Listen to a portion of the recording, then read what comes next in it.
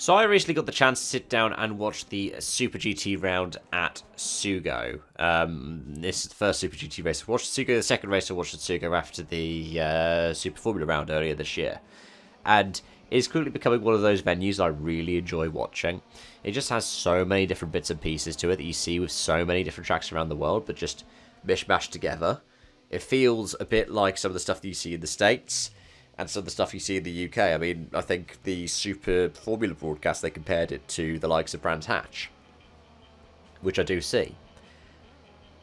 But, yeah, I enjoyed sitting down and watching it this past weekend. I know I'm a couple of weeks after the race, and I know I'm saying this just before the Autopolis 3-hour race, which will also be an interesting watch for me. But there are a couple of different bits and pieces that stood out, so I just want to talk about them quickly. Which, firstly, well, I know that I asked for it not to always be Toyota winning, and I know I drive a Nissan, but it's nice to see Nissan do both races back-to-back in terms of wins. It is nice to see, but it is also strange. I found that it was a fun race to look at. Because, well, especially for the likes of Kondo Racing, this is their second points finish of the year. They got a 10th in the... Was it the second one in Fuji? Well, the second one of the sprint weekend in Fuji. And then they end up picking up a win here. Fair play to them. Well done to them with that. Especially because it was one where, for the title protagonists, it was a quieter weekend. This is probably because of things like Bop and Ballast. But it's also another weekend in which you saw pole position going to Arta, going to Honda. So it's nice as a fan who is watching this for the first time to see the different manufacturers all trading top finishes, all trading pole positions, fastest laps. It shows that this series is working quite strongly, which is actually quite nice. As for when we look at the GT300, well, the winners were the LM Corsa squad, and well done to them for the win as well. But there were some people who just had some rotten luck again.